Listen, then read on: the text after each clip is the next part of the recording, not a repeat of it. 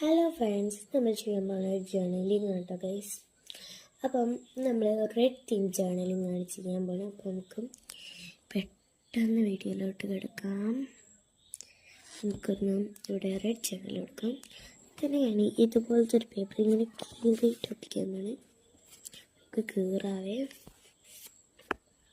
ഞാൻ കീറിയതാ കാണാൻ പറ്റുന്നുണ്ടോ? വേഗം കമ്മിട്ട് ഒട്ടിച്ചെടുക്കാം.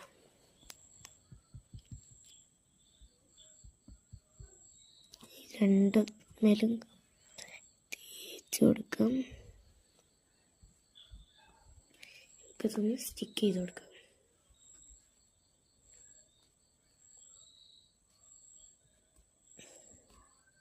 എങ്ങനെയുണ്ട് ഗൈസ്? പിന്നെ ഇത് നമുക്ക് ഇവിടെയും കൂടെ സ്റ്റിക്ക് ചെയ്ത് കൊടുക്കാം. ഓക്കെ,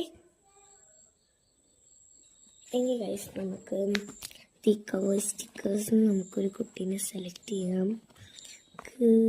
ഈ കുട്ടീനെ സെലക്ട് ചെയ്യാം ഗൈസ്. അപ്പോൾ നമുക്കിത് പറിച്ചിട്ട് ഇവിടെ ഒട്ടിക്കാം. നമുക്ക് ഇങ്ങനെ ഒട്ടിച്ചെടുക്കുന്നുണ്ട് കേട്ടോ ഗൈസ്. എങ്ങനെയുണ്ട് ഗൈസ്? അടിപൊളിയല്ലേ? എങ്ങനെയുണ്ട് ഗൈസ്? അടിപൊളിയല്ലേ? കമൻറ്റ് ചെയ്യണേ. നമുക്ക് അടുത്ത കുറച്ച് സ്റ്റിക്കേഴ്സൊക്കെ ഒട്ടിക്കാം ഗൈസ്. ഗൈസ് നമുക്ക് ഈ ഒരു ഗ്ലിറ്ററിങ് പോലത്തെ ഒരു പേപ്പർ ഉണ്ട്, അത് നമുക്ക് ഇവിടെ ഒട്ടിച്ചെടുക്കാം. ഓക്കെ ഗൈസ്, ഗൈസ് നമുക്ക് ഈ ഒരു കവായി സ്റ്റിക്കർ എടുത്തിട്ട് ഇവിടെ ഒട്ടിച്ചെടുക്കാം. ഇവിടെ ഒട്ടിക്കാം. എങ്ങനെയുണ്ട് ഗൈസ്? അടിപൊളിയല്ലേ?